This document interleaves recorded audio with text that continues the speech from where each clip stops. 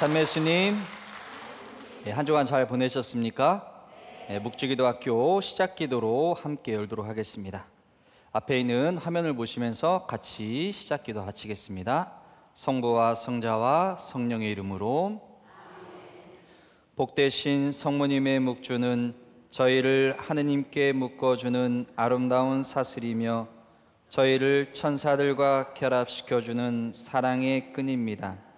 묵주기도는 지옥의 공격을 물리치는 구원의 보루이며 모든 난파선이 찾는 안전한 항구입니다. 저희는 묵주기도를 결코 멈추지 않겠습니다. 죽음의 순간의 묵주는 저희에게 위안이 될 것입니다. 삶을 마치며 묵주에다 마지막 입맞춤을 할 것입니다. 묵주에 모으신 성모님, 저희는 마지막 순간까지 감미로우신 성모님의 이름을 부를 것입니다. 사랑하는 우리 어머니, 죄인들의 피난처, 슬퍼하는 이들의 위로자이신 성모님, 오늘도 영원토록 하늘 땅 어디에서나 찬미 받으소서. 아멘. 성부와 성자와 성령의 이름으로 아멘. 저희들은 묵주기도학교 쭉 강의를 이어서 신비 주제에 대해서 이 묵주기도 신비를 어떻게 하면 좋을지에 대해서 여러분들 쭉 강의를 들으시고 계십니다. 오늘은 영광의 신비 부분의 2단, 저희들이 묵주기도 묵상을 하는데 이 방법적인 것을 봤을 때 신비 선포가 먼저 이루어지고 나서, 그리고 나서 성화상을 통해서 그 신비 선포와 관련된 내용을 떠올릴 수 있도록, 심상화시킬 수 있도록 저희들 성화상 묵상을 하고, 그리고 가장 좋은 것은 성경 말씀을 직접 읽는 것입니다. 그리고 성경 말씀을 읽은 다음에 성경 말씀에 대한 묵상이 함께 이루어지면 더 좋고, 그리고 또 우리가 꼭 침묵을 하면서 성모님께서 바로 그 말씀을 곰곰이 새기시면서 받아들이신 것처럼 우리도 그런 시간을 가지는 것이 묵주기도의 신비 주제들을 묵상이라고 볼 수 있습니다. 그래서 오늘 신비 선포에 대한 영광의 신비 2단은 예수님께서 뭐 하십니까? 승천하심을 묵상합시다는 주제로 오늘 강의가 이어지겠습니다. 먼저 저희들이 성화상을 보고 있는 것은 루르드에 있는 묵주기도의 복되신 동정마리아 대성전에 있는 성화상을 보고 있어요. 그래서 영광의 신비 지금 2단을 본다는 것은 이제 막바지에 지금 다다랐고, 여러분들이 그 성당 안에 있는 성화상의 주요한 내용들을 다 보게 되는 것입니다. 그래서 영광의 신비 내용은 저희들이 총 5개의 장면 중에 두 번째, 곧 예수님께서 승천하신 장면을 오늘 보시겠는데, 바로 승천의 장면은 이러합니다. 승천 장면을 보면 바로 가운데 승천하시는 예수님의 모습이 나와 있죠. 그래서 저렇게 승천하신 예수님의 모습 우리가 가장 중심에서 바라보게 되는데, 말 그대로 승천하신 모습입니다만은 옷이 어떻습니까? 완전히 하얗게 정말 빛나는 옷을 입었어요. 저 빛나는 옷은 모자이크, 그러니까 루르드에 있는 성전에 있는 성화들 중에 가장 빛나는 옷입니다. 그리고 그 빛나는 옷을 통해서 바로 하느님께서 우리 구원을 위해서 당신의 외아드님을 보내시고, 그 외아드님께서는 우리를 위해서 어떻게 하십니까? 십자가에 매달려 돌아가시고 또 부활하신 다음에 승천하심으로써 우리 구원의 완성을 이루었다는 것을 말해주는 것이기도 하거든요. 그래서 더더욱이나 저 빛나는 모습은 마치도 거룩한 변모때의 모습처럼 우리가 미리 그 앞서서 주님께서 부활하신 것을 변모를 통해서 보여주셨다고 하시잖아요. 그 변모의 완성, 그리고 완전체라고 볼 수 있는 모습이기도 한데, 바로 부활하신 예수님께서 승천하신 모습을 표현하고 있는데 손을 펴고 계십니다. 저렇게 손을 펴고 계신 것은 뭐냐? 바로 우리를 축복해 주시면서 또 한 가지는 무엇이냐면, 주님께서 마치도 십자가에 매달려 돌아가시는 그 모습을 기억해내도록 합니다. 곧 십자가에 돌아가신 예수님, 바로 그 모습이 곧 승천의 모습으로 다시 한번 우리가 떠올리면서 연결해서 기도할 수 있도록 하는 것이거든요. 주님께 승천하실 때 밑에 있는 바로 성모님과 사도들의 모습이 표현되어 있는데, 그들은 바로 승천하신 예수님을 바라보면서 바로 그분이 오르시기로 한 그곳을 우리들이 늘 바라보고 또 그 모습을 기억하면서 기도하도록. 그래서 예수님이 뻗으신 손은 십자가에 못 박혀 돌아가신 모습을 표현하기도 하지만 또한 무엇이냐? 바로 축복해 주신 손이에요. 그들을 축복하시면서 하늘로 오르셨다고 하셨거든요. 그래서 그 자리에 모인 이들, 베다냐 근처에 있던 그들을 축복하시면서 예수님께서 바로 우리 구원을 위해서 부활하셨고 또 승천하신 그 역사적인, 그리고 또 우리 안에서는 신앙의 의미를 다시금 떠올리면서 기도하도록 그림은 표현되어 있습니다. 또 한 가지 특이한 점은 여기 제자들 중에 사도 요한이 저렇게 예수님의 옷자락에 입을 맞추고 있는 장면이 표현되어 있습니다. 그런데 요한의 모습 중에 옷이 어떻게 돼요? 예수님의 옷처럼 변화되어 있어요. 하얗게, 완전하게 그리스도처럼 옷이 변화된 것을 볼 수 있는데, 요한이 바로 그렇게 옷이 변화된 것은 주님께서 하늘로 오르시는 것을 붙잡는 게 아니라 그분께서 떠나시는 데 있어서 바로 이제 나는 나를 보내신 분께 간다는 이 말씀을 떠올리게 하면서, 요한의 옷이 그렇게 하얗게 빛난 것은 우리가 세례 때 흰옷을 입는 곧 그 예식은 부활의 빛으로 살도록 바로 그 우리가 세례 때 흰옷을 입는 그 예식이 있거든요. 그때 신문이 뭐라고 기도하냐면, 여러분은 이제 새로이 창조되어 그리스도를 닮게 되었으니 이 흰옷을 받아 우리 주 예수 그리스도의 심판날까지 깨끗이 보존하여 영원한 생명을 얻도록 하십시오라니 말씀을 하시는데, 바로 요한이 저렇게 변화된 것처럼 우리들도 세례받았다는 것은 그리스도께서 부활하시고 승천하신 그 기쁨을 우리도 함께 누리도록, 곧 세례받았을 우리가 하늘나라에 들어간다는 그 희망, 그 신앙이 우리한테는 바로 궁극적인 신앙의 목적이거든요. 그걸 바로 우리들은 기억하면서 바로 저 모습을 표현하고 있는 것입니다. 그리고 맨 위에는 천사 둘이 있습니다. 천사 둘에게는 바로 저 말씀이 있는데, 승천했을 때 그 자리였던 두 사람이 바로 이 말을 하죠. 그리고 우리가 천사라고 보는 것은 바로 갈릴레아 사람들아 왜 하늘을 쳐다보며 서 있느냐, 너희를 떠나 승천하신 저 예수님께서는 그대로 다시 오실 것이다라는 말씀이 저렇게 양쪽에 쭉 라틴어로 쭉 표현되어 있는 것입니다. 그래서 승천 때 두 사람은 천사를 표현하는 것이기도 하지만 저 말씀을 기억하면서 주님께 승천하실 때만 옵니까 다시 우리에게 오실 것이라는 것을 미리 알려주고 있다는 것입니다.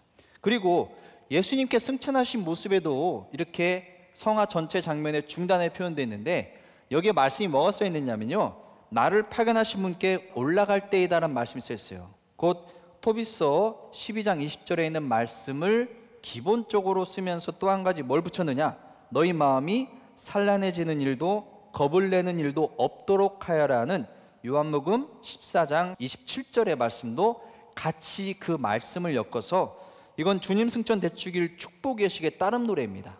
그리고 이는 트리엔드 공의의 성물도에 바로 성령강림 대축일 독서기대 제4독서의 하답송 부분이긴 한데, 여러분들이 지금 저 모습을 보면, 그리고 또 예수님께서 파견대에 올라가시는 데 있어서 우리들이 슬퍼하거나 겁을 낼 일이 아니라 주님께서 영광 받으시는 것을 우리도 함께 참여하게 된다는 그 기쁨을 누리게 된다는 것을 말해줍니다.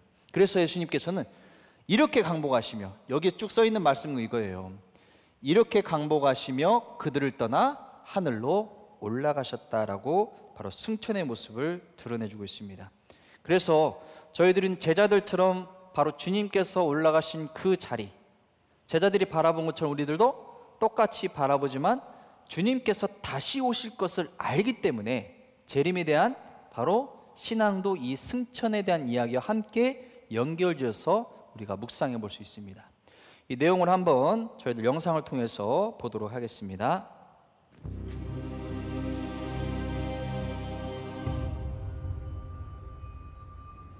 Over a period of 40 days after his suffering, he showed himself alive by many convincing proofs, speaking of things concerning the kingdom of God. Stay in Jerusalem. Do not leave until after the fulfillment of the Father's promise of which I have spoken. Now all authority is mine in heaven and on earth. Go therefore, make disciples of all nations, baptize them in the name of the Father, the Son, and the Holy Spirit. Teach them to live in the way which I have commanded all of you to live.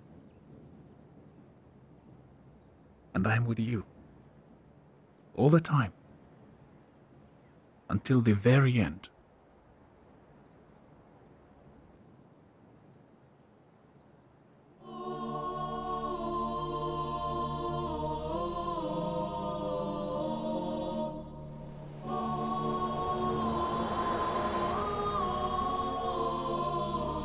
Men of Galilee, why do you stand looking into the sky?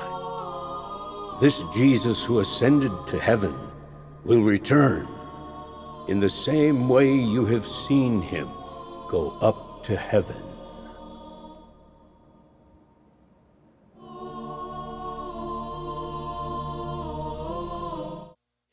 이제 저희들 직접 그 승천에 대한 관련된 그 말씀을 제가 읽어드리도록 하겠습니다. 그래서 성경 말씀을 여러분들 들어보시고 또 거기에 대해서 저희들이 직접 성경 말씀을 듣는 것보다 중요한 것은 없습니다. 믿음은 들음에서 오는 것이기 때문에 여러분이 잘 들을 수 있도록 집중해 보시길 바라겠습니다. 제가 읽어드리도록 하겠습니다. 예수님께서는 그들을 베타니아 근처까지 데리고 나가신 다음 손을 드시어 그들에게 강복하셨다. 예수님께서는 그들에게 다가가 이르셨다. 나는 하늘과 땅의 모든 권한을 받았다. 그러므로 너희는 가서 모든 민족들을 제자로 삼아 아버지와 아들과 성령의 이름으로 세례를 주고 내가 너희에게 명령한 모든 것을 가르쳐 지키게 하여라. 믿고 세례를 받는 이는 구원을 받고 믿지 않는 자는 단죄를 받을 것이다.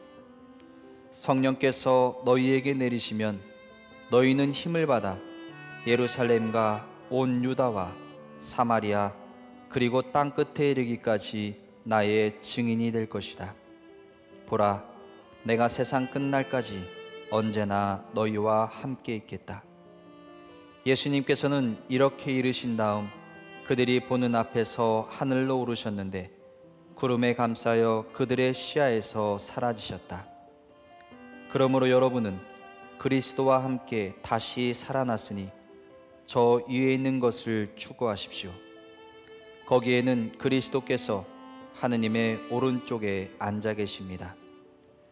여러분의 생명이신 그리스도께서 나타나실 때 여러분도 그분과 함께 영광 속에 나타날 것입니다. 잘 들으셨습니까? 저희도 묵주기도 신비 묵상할 때 제가 또 중요하게 말씀드린 것은 전례와 연결져서 여러분 묵상하도록 도와드리고 있는데, 바로 전례 시기는 말할 것도 없이 주님 승천 대축일을 우리가 떠올려 볼 수 있죠. 이 주님 승천 대축일날 저희들은 바로 본기도를 통해서 뭐라고 하느냐, 머리신 그리스도께서 영광스럽게 올라가신 하늘나라에 그 지체인 저희의 희망을 두게 하소서. 머리신 그리스도, 그리고 우리가 바라보면서 희망을 두는, 우리들은 곧 그리스도의 지체이기 때문에 머리가 계시니까 함께 우리가 있어야겠죠. 그래서 그 희망을 하늘 곧 오르신 그 자리에 함께 있을 수 있도록 저희들도 같이 기도하는 것입니다. 그래서 예물기도에는 저희도 성자와 함께 하늘로 오르게 하소서라고 기도하고 있고, 영성체후 기도를 통해서 저희가 하늘나라를 그리며 거룩하게 살아 마침내 하느님 곁으로 오르게 하소서 기도하고 있습니다. 더더욱이나 감사송에서는 이것들이 더 구체적입니다. 비천한 인간의 신분을 떠나시려 함이 아니라 당신 지체인 저희도 희망을 안고 뒤따르게 하심이옵니다. 이 말 안에 무엇을 담고 있느냐, 우리 몸을 버리신 것이 아닙니다. 인간의 힘을 버리하신 것이 아니라 인간이 되신 하느님께서 우리들도 그 영광을 함께 누릴 수 있도록 저희들을 이끌고 열어주셨다는 것을 말해주는 것이거든요. 그래서 그 기도를 저희들은 승천 때 그 이야기를 통해서 바로 승천을 통해서 본디 계셨던 자리로 돌아가신 것입니다. 강생하시고 부활하신 다음에 승천하시고 또 다시 재림하시는 내용까지 바로 오르심과 내리심에 대한 이야기를 표현할 수 있는데, 이 내용을 우리가 묵상을 해보자면 말씀 묵상에서 이렇게 말씀드릴 수 있습니다. 요한마르스 교수님께서는 이 승천에 관련해서 승천하신 그리스도께서는 영광 중에 성부 오른편에 앉으셨습니다라고 말하고 있습니다. 그래서 우리가 함께 머물고 싶다는 거, 그건 이미 거룩한 변모 때에 베드로가 했잖아요. 예수님께 그리고 모세와 엘리야에게 초막셋을 지어서 저희가 여기에서 지내면 좋겠습니다라는 것은 바로 승천하시면서 계신 곳이 우리도 가야 할 곳이기 때문에 미리 앞서서 너무 좋으니까 함께 머물고 싶은 자리가 바로 예수님께서 가신 자리이고 우리도 가야 할 자리라는 것을 보여주고 있는 것이거든요. 여러분, 예수님께서 부활하시고 나서 우리는 쭉 40일간의 시간, 승천 때까지 그 40일간의 시간을 저희들은 예수님의 부활의 이야기를 쭉 듣게 됩니다. 그래서 예수님께서 어떻게 부활하면서 그 증인들, 제자들에게 또 증인들에게 나타나시면 어떤 모습으로 우리에게 말씀을 해주시느냐. 맨 처음에 예수님께서 부활하시고 나서는 빈 무덤이었습니다. 천사가 있었고 그 소식을 전해주죠. 예수님이 그 자리에 바로 있었던 것은 아니었지만 바로 그리고 나서 뭡니까? 누구에게? 마리아 막달레나에게 바로 예수님께서 나타나시죠. 처음에는 무덤 안을 들여다보는데 이 여인이 너무 슬피우니까 그 무덤 안에 있던 천사들이 뭡니까? 여인아 왜 우느냐 하고 그 여인을 달래주고 싶은 마음, 그리고 또 그 여인이 왜 우는지를 질문하면서 이렇게 말씀을 건네주시는데, 이 여인이 예수님이 안 계시니까, 사라졌으니까 너무 애달프게 지금 어디 가시는지 애타는 것이죠. 그래서 제 주님이 어디 가시는지 모르겠다고 그렇게 말하니까 뭡니까? 그때 예수님께서 나타나시죠. 여인아 왜 우느냐, 누구를 찾느냐고. 그러니까 이 여인은 마리아 막달레나는 예수님을 누구로 생각합니까? 정원지기로 생각했는데 예수님께서 마리아야 하고 부르니 그때 라쁘니 하고 응답하면서 그 정원지기로 생각했던 그분께서 부활하신 예수님이라는 것을 알게 되는 것이죠. 그리고 이 정원지기를 생각했던 모습은 창세기 때에 아담과 하와를 바로 에덴 동산 같이 있을 때 그들이 죄를 짓고 나서 동산을 거니시는 하느님 모습, 동산을 거니셨다는 것은 우리들을 돌봐주신 것이었거든요. 근데 아담과 하와는 죄를 짓고 뭡니까? 동산나무 사이로 자신의 몸을 숨겨버리죠. 그 마치 하느님께서 거느시는 것처럼 이 마리아 막달레나 생각했던 예수님 모습은 정원지기. 그래서 우리에게는 무엇이냐? 우리를 돌봐주시기 위해서 바로 그 창세기의 내용도 그렇지만 부활하실 때 그 내용도 새로운 창조가 우리를 돌보심을 위해서 그렇게 하셨다는 것을 우리가 떠올려 볼 수도 있습니다. 그래서 아담과 하와는 몸을 숨겼지만 마리아 막달레나는 적극적으로 주님을 찾기 위해서, 그리고 주님께서 불러주신 목소리에 자신이 응답하면서 부활하신 주님을 알아보게 되는 것이죠. 그리고는 엠마오로 가는 두 제자들의 이야기를 우리가 듣게 되는 것입니다.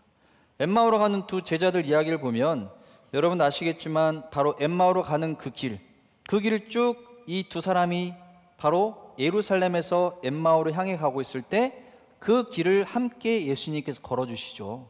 그리고 나서 뭡니까? 이들이 예루살렘에 있었던 일, 예수님의 죽음에 대한 이야기를 당신은 거기서 왔는데 아직도 모르는 말이 오면서 좀 그랬죠? 왜 못 알아봤어요? 눈이 가려워져 있었다고 했습니다. 그리고는 예수님께서 이 어리석은 자들아 하면서 뭡니까? 성경 전체에 관련해서 바로 모든 예언자로부터 시작해서 바로 그 당신에 관련된 기록들을 설명을 해주십니다. 이는 마치도 우리에게 미사 중에 말씀의 전례처럼 그 내용이 쭉 이어지고 나서 그 하룻길을 가시면서 설명을 쭉 해주십니다. 그리고 나서 제자들이 직접 알아본 건 언제입니까? 그곳에 함께 머물도록 요청하고 그 집에 들어가셔서 그러니까 빵을 들고 찬미를 드리신 다음에 그것을 떼어서 제자들에게 주실 때 그들의 눈이 열리는 것입니다. 이 모습은요, 성체성사의 가장 핵심적인 성찬 전례에 있어서 예물 준비와 감사 기도와 영성체 의식에 대한 내용들을 이 엠마오로 가는 바로 제자들을 함께 그 일을 실제적으로 벌이셨을 때 제자들은 부활하신 주님을 알아보고 바로 그들이 다시금 돌아가서 그 소식을 전하게 되는 것인데, 엠마오는 예루살렘에서 예순 스타디온, 그러니까 우리 생각했을 때 한 11km 정도 거리예요. 멀지 않은 거리이긴 합니다만은 그 길을 쭉 가는데 엠마오라는 이름 자체가 무엇을 말하느냐? 온천이나 따뜻한 샘물을 뜻하는 것입니다. 참 묘한 것이요, 성경 안에서 이들이 회상하는 거예요. 우리가 주님을 만났을 때 어떤 느낌이었는지. 근데 뭘 말하냐면 길에서 우리에게 말씀하실 때나 성경을 풀이해 주실 때 속에서 우리 마음이 타오르지 않았던가 라고 말하고 있습니다. 엠마오로 간다는 것은 우리 마음이 타오르는 것입니다. 누구와 함께? 예수님과 함께 갔을 때. 그게 바로 우리가 엠마오로 가는 길이었고 바로 이 두 사람에게 부활하신 예수님께서는 나타나신 것이었습니다. 그리고는 제자들에게 나타나시죠. 제자들에게 나타난 문을 잠그고 막 숨어 있었던 그 제자들에게 문이 잠겨 있음에도 불구하고 나타나신 바로 예수님. 근데 이 자리에 토마스가 있었어요, 없었어요?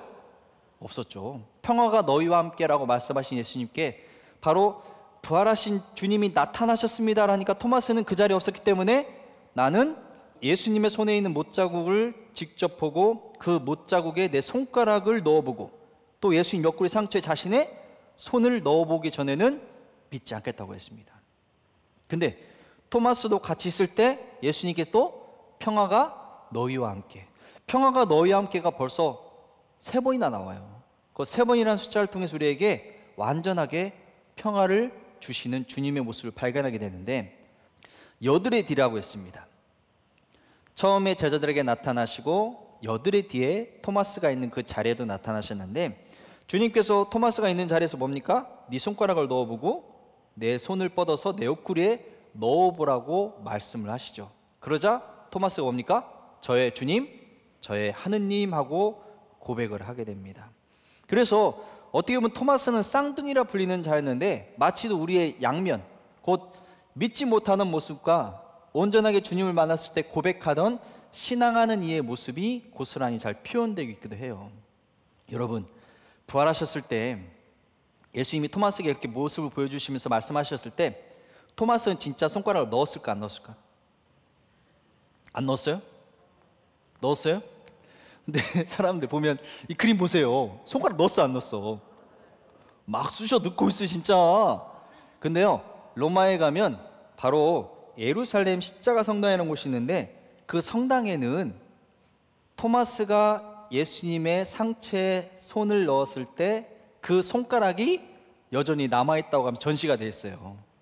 진짜인지 아닌지 모르겠지만 여러분이 가서 보시면 되겠는데, 여기는 바로 피렌체라는 곳입니다. 피렌체에 가보면 길거리에 저렇게 멋있는 바로 성상이 세워졌는데, 예수님께서 부활하신 예수님께서 바로 당신의 그 모습을 토마스에게 보여주신, 토마스가 그 옆구리에 이제 막 손을 넣으려는 장면이 조각이 되어 있어요.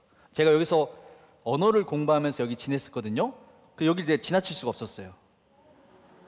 제가 뭡니까? 제가 토마스이기 때문에 제 머리가 딱 비슷하더라고요. 그래서 내가 굳이 막 거기서 막 이렇게 해가지고 사진 한번 찍었는데, 저는 제가 토마스라서 그런지 보다도 그가 고백했던 그 고백, 저의 주님, 저의 하느님. 저의 주님은 개인적인 차원에서 내가 쭉 주님과 함께 했던 시간들을 떠올렸을 때 그분, 내가 함께 하셨던 그분이 지금 부활하신 거예요. 근데 그 저의 주님께서 누구시다? 하느님이시구나라는 것을 깨달음으로 고백했던 것이 바로 저의 주님, 저의 하느님이라고 말씀을 좀 드리고 싶은데, 줄딱동시란 말이 있습니다. 줄딱동시는 뭐냐면요, 이 줄은 쪼는 거예요. 뿅아리가 이제는 이제 밖으로 나올 때 그 다리 다 차서 자신이 나가고 싶어서 막 그 안에서 쪼아요. 그러면 어미가 밖에서 그 뿅아리가 이제 세상 밖으로 나오려고 하는구나 하는 걸 알기 때문에 그때 밖에서 탁 하고 껍질을 깨주면 그때 병아리가 세상에 나오게 되는 것이거든요. 어떻게 보면 우리 신앙하는 모습들은 우리 안에서 항상 그렇게 의심할 수 있고 또 스스로 질문을 던질 수 있어요. 그게 나쁜 것은 아니에요. 더 주님을 만날 수 있는 은총의 자리가 될 수도 있습니다만은, 그걸 우리들의 힘만으로 하는 것이 아니라 성령께서 우리에게 오심으로써 주님께서 그 밖에서 우리를 도와주시기 때문에 그게 가능한 것이고 참으로 부활하신 주님을 만날 수 있게 되는 것이거든요. 그래서 우리는 보면 부활하신 증인들 보면 제가 이걸 이렇게 말씀드리고 싶어요. 마리아 막달레나에게 나타나십니다. 엠마오로 가는 제자에게 나타나셔요. 그리고 문을 잠그고 걷어들었던 제자들에게, 그리고 이제 토마스까지 함께 있던 그 자리에 주님께서 나타나시는데, 보시면 마리아 막달레나는 바로 예수님을 알아보는 데 있어서 마리아야라는 한마디로 끝났어요. 근데 엠마오로 가는 제자들은 어떻습니까? 하루 종일 설명을 해야 돼. 그대로 못 알아봐. 그리고는 제자들에게는 나타났을 때 뭡니까? 이젠 상처를 보여주셔야만 해. 내가 정말 십자가에 매달려 죽은 너희들의 스승이라는 것을 보여주셔야만 해. 뭡니까? 토마스는 이제 넣어봐야 돼요. 점점 부활의 증인들은 많아지고 있지만 그걸 믿음으로 고백하는 사람들은 더 점점 줄어들고 있는 것 같습니다. 우리가 신자들에게 물어보면요, 부활하신 그리스도를 믿습니까? 당신도 부활할 걸 믿고 영원한 생명을 얻을 것을 믿습니까? 갸우뚱해요. 그냥 오늘 사는 것만 중요하다 생각하는 거죠. 모르겠어요. 근데 물론 오늘 사는 것이 우리가 미래를 준비하는 것이기도 합니다만은, 우리가 신앙하는 이유는 궁극적으로 내가 부활하고 영원한 생명을 얻고자 하는 것이거든요. 미래를 향하고 있습니다. 결국 주님께서 우리에게 다시 오심으로 썼게 되는 그 재림에 대한 이야기를 우리들은 바로 지금 살면서 준비할 뿐만 아니라 이 승천의 이야기는 그 내용들과 연결돼서 우리가 기도할 수 있도록 하는 것인데, 점점 부활의 증인은 많아지고 있고 오늘날도 우리들은 정말 많은 이들이 그리스도인으로 살고 있지만 정말 마리아야 라고 불러주는 그 음성 하나만으로 우리들이 주님을 알아볼 수 있는 신자로서 살아야 한다는 것입니다. 그래서 바오로 사도는 부활하신 주님께서는 하늘의 인간이시다, 곧 영적인 무모로 부활하시기 때문에 다른 세계를, 지금 이 시대 또 이 세대를 말하고 이 세계를 말하는 것이 아니라 다른 생명의 세계를 바로 우리에게 열어주신 것이고 보여주신 것이거든요. 그걸 바로 바오로 사도는 그리고 교리서에서 뭐라고 하느냐, 하늘에 속한 몸이라고 표현했고, 그리고 하늘의 인간이라는 말로써 우리가 그렇게 영광을 누릴 수 있도록 우리는 그리스도인으로서 초대받았다는 것을 보여주고 있는 것입니다. 그래서 여기가 바로 주님께서 승천하신 자리라고 해요. 그래서 베스다니아 근처, 지금 가보면 예루살렘의 올리브산 위에 바로 저 경당에 세워져 있고, 여기 보시면 이렇게 생긴 이 자리가 바로 예수님께서 승천하셨던 그 자리라고 합니다. 발자국 비스구름이라는 게 있어요. 비스구름이라는 거? 하여튼 비슷한 게 있습니다. 그래서 이 자리에서 딱 올라가셨다고 하면서 그 자리를 보면 사람들이 저렇게 친구를 하면서 하고 있는 모습이 바로 저 자리가 주님께서 승천하신 자리라고 보고 있는데, 이 40일이라는 시간을 통해서 우리에게 묵상하도록 무엇이냐, 이미 사순 시기를 통해서 여러분께 한번 말씀드리겠지만 성경 안에서 40이라는 의미는 바로 노아의 방주처럼 40일간 비가 내렸어요. 새로운 창조가 시작된 것입니다. 그리고 이스라엘 백성들은 40년 동안 광야를 헤맸다는 것, 모세는 바로 주님의 계명을 받기 위해서 40일간 단식을 하고, 엘리야는 호렙산 하느님의 산에 가기 위해서 40일을 걸어갑니다. 그리고 주님께서 공생활을 시작하실 때 뭡니까? 40일간 광야에서 단식을 하시면서 기도하셨던 모습까지, 그리고 승천까지 생각을 해보시면 바로 이 정화와 성화를 시켜서 우리가 하느님을 만나도록, 우리도 마찬가지입니다. 40일의 승천 기간을 통해서 우리가 준비되는 것은 뭐냐, 예수님께서 하늘로 오르셨다는 것은 우리들도 승천했을 때 하늘로 오르는 그 자리, 누구와 함께 있는 것입니까? 하느님과 함께 있는 것. 그게 우리 기도의 목적이고 이 내용 안에서 우리가 살펴봐야 할 내용들이거든요. 그래서 주님의 승천 모습은 구름에 쌓였다고 말하고 있습니다. 이 구름에 쌓인 것은 우리가 구약시대의 이야기를 통해서 보는 것처럼 이 구름은 구약 안에서의 거룩한 하느님의 성망을 상징시킵니다. 또 한 가지 뭐냐, 구름 기둥 생각하시면 돼요. 구름은 이 광야를 지날 때 구름 기둥 속에서 이스라엘을 앞서서 그들을 이끌어 가셨던 것. 그리고 또 무엇이냐, 이 구름은 또 뭐냐면요, 바로 성모 영보를 통해서 전달되고 우리가 이야기를 아는 것처럼 성령께서 바로 성모님을 어떻게 합니까? 지극히 높으신 힘이 그분을 덮을 것이다 라고 말하고 있는데, 이 덮을 것이라는 이 표현을 구름의 형상으로 표현하고 신적인 용어로 쓰고 있습니다. 또 한 가지 뭐냐, 거룩한 변모 때도 어떻게 합니까? 예수님께서 바로 거룩한 변모의 모습을 보면 저렇게 빛나는 구름이 예수님과 제자들을 덮었다고 말하고 있습니다. 그래서 구름을 무엇이냐 말하면요, 바로 우리에게 그 구름의 의미를 통해서 하느님의 그 자리가 하느님께서 하시는 특별한 은총의 자리라는 것을 보여주는 것뿐만 아니라, 구름에 쌓여서 가신 곳이 어디냐, 그 가신 곳을 우리가 하늘로만 생각하는 것이 아니라요, 가신 곳은 바로 공간적인 것이 아니라 신적인 것을 드러내는 상징이고 표징이라고 볼 수 있습니다. 하느님의 권위, 그리고 새로운 현존을 드러내는 것이 바로 구름에 쌓여 가신 곳이라고 보는 거예요.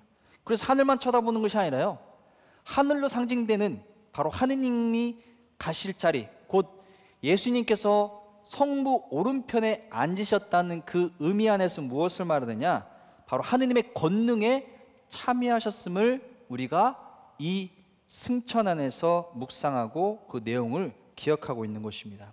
그래서 하느님의 오른쪽은 새로운 현존을 말하는 것이고, 새로운 현존을 통해서 바로 하느님의 다스림 안으로 들어갔다는 것입니다.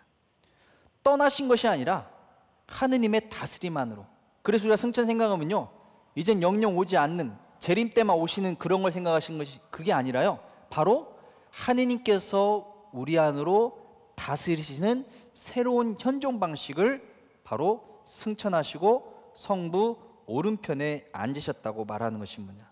그래서 시편 110편 1편에는 내 오른편에 앉아라 라고 말씀하신 이 말씀 안에서 우리가 그 내용을 기억하는 것이기도 하거든요. 그래서 여러분 사도신경 보면 하늘에 올라 전능하신 천주 성부 오른편에 앉으시며 뭡니까 또? 그리로부터 산이와 죽은 이를 심판하러 오시라 믿나요? 그래서 저희들은 승천을 생각하면 그냥 승천으로 끝나는 것이 아니라 승천과 재림, 다시 오심을 기억하면서 기도하도록 하고 있습니다. 그래서 교리에서는 뭐라고 말하고 있느냐, 마침내 예수님께서 승천하시는 날 사도들이 보는 앞에서 구름에 감싸여 그들의 시야에서 사라지셨다. 이 구름은 예수님께서 재림하시는 날 사람의 아들을 그 영광 안에서 드러내 보일 것이다 라고 말하고 있는데, 이 재림에 대한 것은 바로 예수님께서 산이와 죽은 이를 심판하러 오시는 최후의 심판에 대한 이야기가 연결되거든요. 그래서 우리는 그때는 세상 끝이 아닙니다. 완전한 구원이 이루어진 때라고 우리는 신앙인들이 말하고 있는 것입니다. 여러분들, 아까 천사들이 했던 말, 아까 성화에서 장면에서 설명을 드렸지만 그 두 사람이 그들 곁에서 이렇게 말하죠. 갈릴레아 사람들아, 왜 하늘을 쳐다보며 서 있느냐. 그냥 거기만 보고 있지 말라는 것입니다. 너희를 떠나 승천하신 저 예수님께서는 너희가 보는 앞에서 하늘로 올라가신 모습 그대로 다시 오실 것이다 하고 말합니다. 다시 오실 것이다. 이 다시 오심.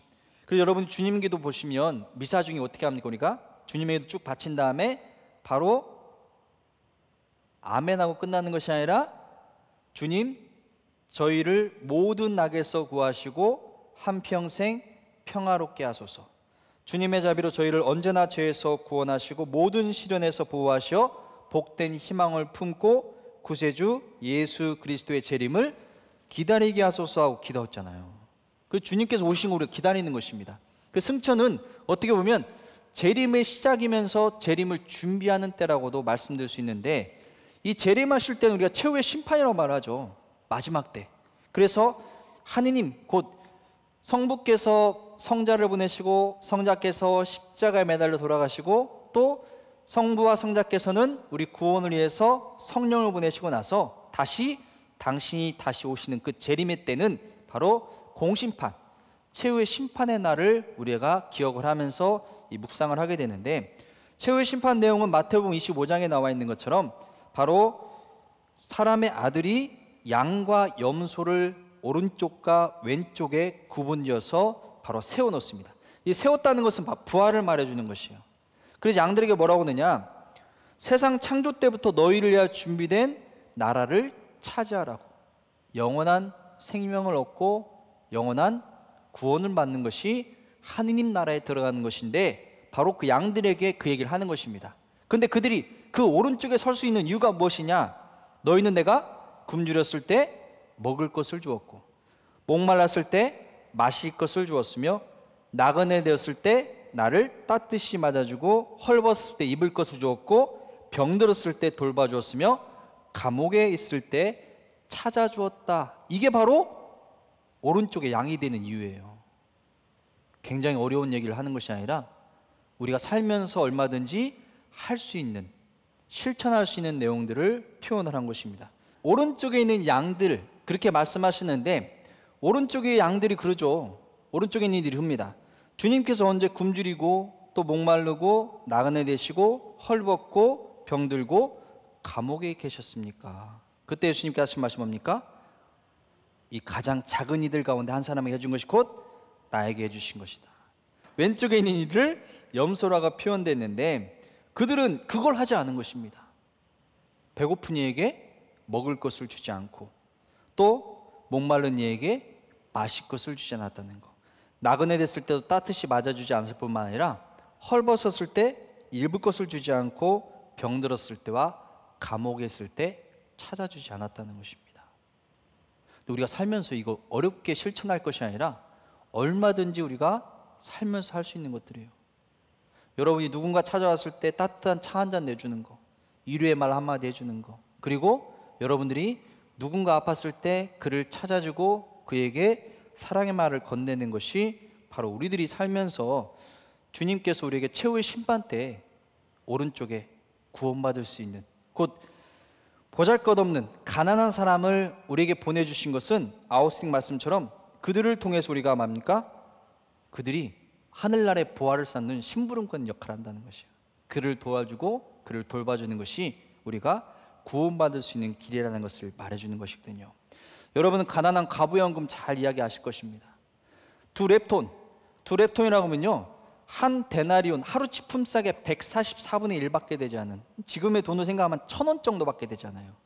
그 정도인데 그걸 넣었을 때 예수님께서는 그가 어떤 이보다도 부자가 정말 많은 데서 떼어서 내는 것이 아니라 정말 가진 것을 다 넣었기 때문에 누구보다도 더 많은 돈을 봉헌했다는 것을 말해주고 있는데, 전 제가 처음 본당을 맡았던 자리를 가보면 우리 할머니 지금 하트 뻥뻥 하고 있는데, 제가 시골 마을에 본당에 첫 주임으로 갔을 때 거긴 되게 시골이니까 혼자서 제가 다 사모장교, 식복사도 없으니까 혼자 그걸 다 했었어요. 그렇게 하면서 지냈는데, 그렇게 하면서 지내면서 뭘 했냐면 할머니들이나 또 거기 신자분들에게 뭘 부탁했느냐, 가정제대처럼 기도제대를 만들어 보서 기도하라고 했어요. 그리고 십자가도 놓고 오른쪽에 성모님 놓고 성상에서 성상도 놓으시면서 기도해 보시라고 성경 펴서. 근데 어느 이제 할머니 집을 딱 방문했더니 할머니가 딱 그렇게 해놓으셨어.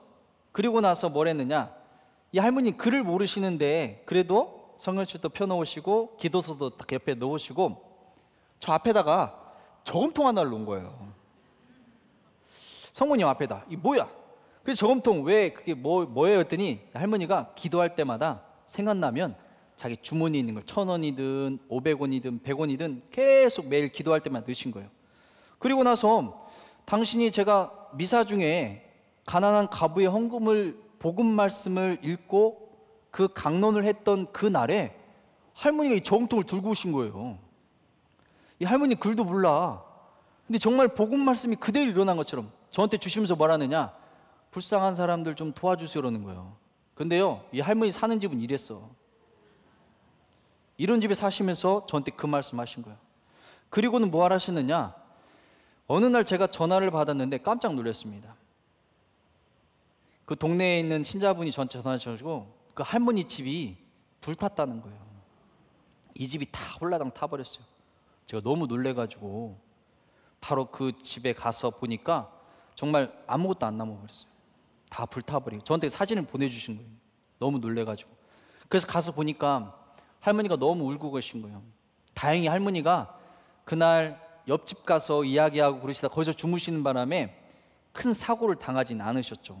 근데 할머니 모습 보니까 너무 안타까워서 막 우시는데 할머니 저한테 그러는 게 뭐냐면, 아이고 저기 저금통 있는데 어떻게 하느냐고.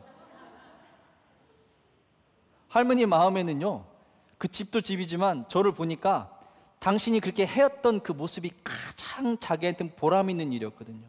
그래서 그 저금통에 얼마의 돈을 조금씩이라도 넣어서라도 다른 이들, 자기보다 더 어렵다고 생각하는 일을 도와주는 것이 할머니의 마음이었는데, 그 마음을 그렇게 표현하셨던 것이에요.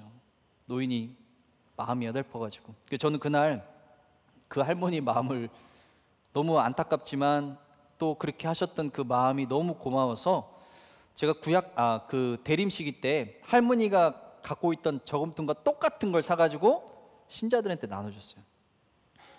우리가 구유예물을 봉헌할 때 저 저금통에 채워서 하시면 그 할머니를 좀 도와드릴 수 있는 마음을 좀 가져. 우리가 도움 받았고 할머니가 그 마음을 보여주셨기 때문에 우리도 그렇게 마음을 가지고 함께 하자고 말씀을 드렸고, 또 많이 도와주셔서 정말 그 시골 마을에 놀라운 액수의 봉헌금이 나와가지고 할머니 집을 고치고 또 지내시는데 좀 도움을 좀 드렸던 기억도 있습니다. 근데 다른 게 아니라 주님께서 오셨을 때 우리가 마라나타 하고 오소서 주님, 주님께서 오셨습니다라고 말하는 것은 마라나타라고 말하면 주님께서 이미 오셨던 것을 기억합니다. 근데 마라나타라고 말을 하면 주님 오십시오라고 우리가 말하고 있는데, 바로 우리에게 오시는 주님은 우리가 얼마나 사랑하며 살았는지, 얼마나 다른 일을 돌보고 정말 주변에 있는 일을 통해서 우리들이 구원받을 수 있는 준비를 하고 살아왔는지를 바로 우리는 주님의 오심을 기다리고, 또 그 기다림을 그러한 여러분들의 기도와 묵상 안에서 채울 수 있도록 여러분들이 주님의 승천을 우리가 기억하지만 주님의 재림도 함께 기도할 수 있는 자리가 되시기를 바라겠습니다. 오늘 강의를 말씀을 통해서 정리를 해드리고 그 내용을 좀 읽어드리도록 하겠습니다.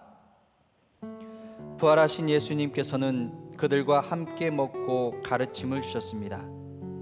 예수님께서는 그들을 베타냐 근처까지 데리고 나가신 다음 손을 드시어 그들에게 강복하시고 그들을 떠나 하늘로 올라가셨습니다. 하늘로 올라가신 예수님을 보며 그들은 슬픔 속에 남겨지리라 생각되지만 그들은 기뻐하며 예루살렘으로 돌아갑니다. 그리고 줄곧 성전에서 하느님을 찬미하며 지냅니다. 그들은 예수님께서 멀리 떨어져 그들이 도달할 수 없는 하늘로 사라지셨다고 보지 않습니다. 예수님의 새로운 현존을 확신한 것입니다. 그들은 그분께서 들어 올려주신 하느님의 오른쪽이 그분 현존의 새로운 양식을 내포한다는 것을, 그분께서는 이제 하느님만이 하실 수 있는 방식으로 그들 가까이에 영원히 그들 가운데 계시다는 것을 압니다. 부활하신 예수님께서는 40일 동안 여러 번 나타나시어 하느님 나라에 관한 말씀을 해주십니다. 하지만 다시 오실 시간이나 기한에 대해 명시적으로 밝히지 않으시며 제자들이 성령께서 오심을 기다리도록 합니다. 그리고 땅끝에 이르기까지 그리스도의 증인이 되도록 지상에서의 마지막 사명을 주십니다. 구름이 예수님을 덮어 그들의 시야에서 사라지도록 하는데 구름은 예수님께서 거룩하게 변모하신 때를 떠오르게 합니다. 거기서는 빛나는 구름이 예수님과 제자들을 덮었습니다. 그리고 구름은 마리아와 하느님의 천사 가브리엘 사이의 만남을 연상시킵니다. 천사는 마리아에게 지극히 높으신 분의 힘이 덮을 것임을 알렸습니다. 또한 구름은 우리에게 옛 계약에서 거룩한 하느님의 성막을 상기시킵니다. 옛 계약에서 구름은 광야를 지날 때 구름 기둥 속에서 이스라엘에 앞서가셨던 주님의 현존에 대한 표징입니다. 구름에 쌓여가신 곳은 어떤 공간적인 것이 아니라 신적인 것을 드러내는 표징입니다. 하느님의 오른편에 앉으심은 시편 110편 1절 내 오른쪽에 앉아라 하신 말씀을 통하여 하느님의 권능에 참여함을 의미합니다. 예수님의 승천은 떠나가신 것이 아니라 공간을 넘어 하느님의 다스림 안으로 들어가신 것입니다. 요한복음의 고별사에서 예수님께서는 제자들에게 당부하셨습니다. 나는 갔다가 너희에게 돌아온다. 십자가, 부활, 승천. 십자가에 달려 들어 높여진 분께서 부활하시고 하늘로 오르셨다는 것을 잊지 말아야 합니다. 십자가 위에 높이 들림은 승천으로 하늘에 높이 오름을 의미하고 예고합니다. 십자가는 승천의 시작입니다. 이전의 무덤에서처럼 흰옷을 입은 두 사람이 이렇게 전해줍니다. 갈릴레아 사람들아, 왜 하늘을 쳐다보며 서 있느냐?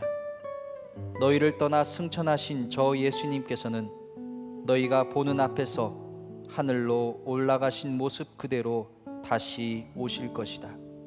올라가신 분께서 다시 오실 것이라는 믿음을 가져야 합니다. 마라나타, 오십시오, 주 예수님. 오늘 강의 잘 들으셨습니까? 오늘 승천에 대해서 여러분께 말씀드렸는데, 말씀드린 것처럼 승천은 또 우리 주님의 재림을 기억하고 또 준비토록 하는 것이기도 합니다. 이미 십자가의 높이 달리심으로써 바로 높이 올리심을 우리가 생각할 수 있는데, 그 승천 안에서 우리들은 바로 주님께서 우리 구원을 위해서 미리 앞서서 우리에게 가야 할 곳을 앞서서 보여주시고 또 당겨주신 것이고, 이 이야기는 여러분들이 성모님께서 하늘로 오르심을 또 준비하고 기억하도록 바로 승천과 성모님의 하늘로 오르심, 성모 승천에 우리가 그 이야기를 같이 연결해서 기억하고 기도해 볼 수 있습니다. 마지막으로 여러분들 묵주기도 학교 강의 마치는 그 내용에 있어서 마침기도 바치면서 오늘 강의를 마치도록 하겠습니다. 함께 마치겠습니다. 성부와 성자와 성령의 이름으로. 묵주에 모으신 성모님, 성령으로 말미암아 구원의 첫 전달자가 되셨으니 당신께서 가신 길은 예수님께 인도되는 생명의 길입니다. 아드님께서는 십자가 위에서 하느님의 어머니를 우리의 어머니가 되게 하시고, 당신께서는 사랑하는 자녀들에게 묵주를 손에 들고 기도하라 요청하십니다. 세상의 평화와 영혼들의 회개를 위하여 저희는 오늘도 묵주 기도를 바치며 영원한 구원의 기도를 드리옵니다. 믿는 이들의 모범이시며 겸손한 이들의 희망, 사랑하는 우리 어머니 저희를 위하여 빌어주소서. 아멘. 성부와 성자와 성령의 이름으로 아멘. 감사합니다.